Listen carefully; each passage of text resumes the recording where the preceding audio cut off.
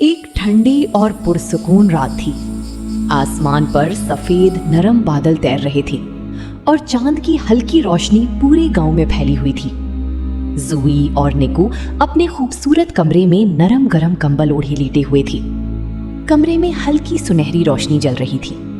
खिड़की के पास रंग बिरंगे फूल रखे थे और उनकी प्यारी बिल्ली लीनू आराम से बिस्तर के करीब सो रही थी। बाहर ठंडी हवा चल रही थी और खिड़की के पर्दे आहिस्ता आहिस्ता हिल रहे थे।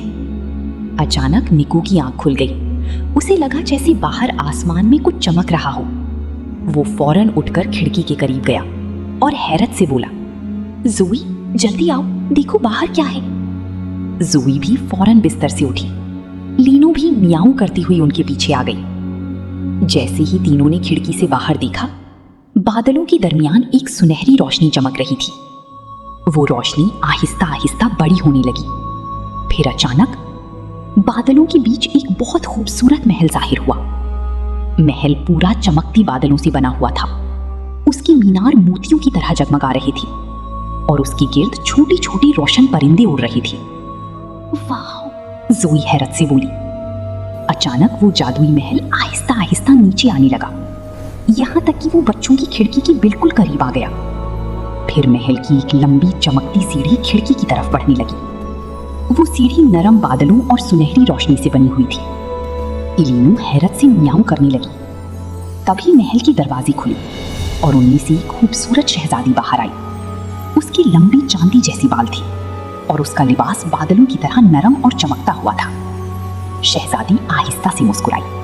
डरो मत, मेरा नाम इलारा है। मैं बादलों की महल की शहजादी हूँ।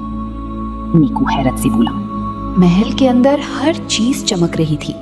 दीवारें मोतियों की तरह रोशन थीं और छोटे रोशन परिंदे हवा में उड़ रहे थे। लेकिन शहजादी इलारा के चेहरे पर उदासी थी। ज़ूई ने नरमी से पूछा, शहजादी, क्या हुआ है?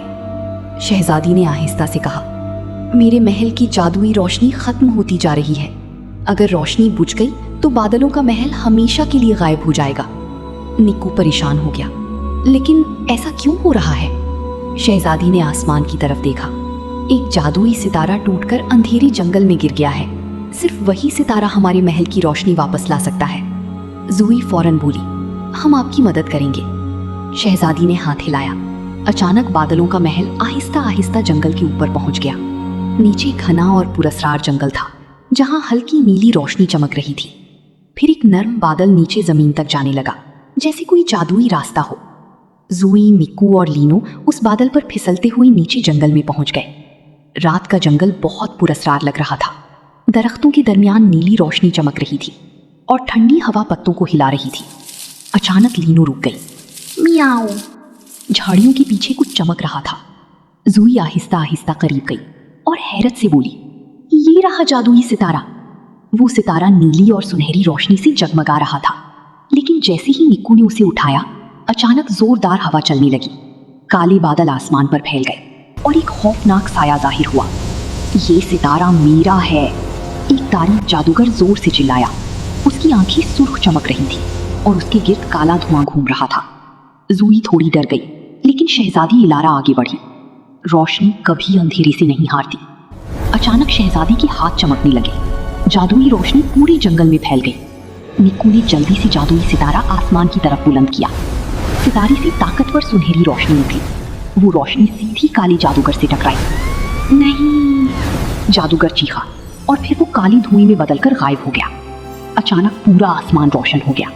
बादलों का महल पहले से भी ज्यादा खूबसूरत चमकने लगा। शहजादी खुशी से मुस्कुराई। तुम तीनों ने मेरा घर बचा लिया। छोटे रोशन परिंदे आसमान में घूमने लगे और बादलों से चमकते फूल गिरने लगे। लीनू खुशी से उछलने लगी। शहजादी ने ज़ूई और निको को एक छोटा चमकता हुआ बादल तोहफे में दिया। जब भी तुम आसमान की तरफ देखोगे, मैं तुम्हें याद करूंगी। फिर आहिस्ता आहिस्ता बादलों का महल ऊपर जाने लगा।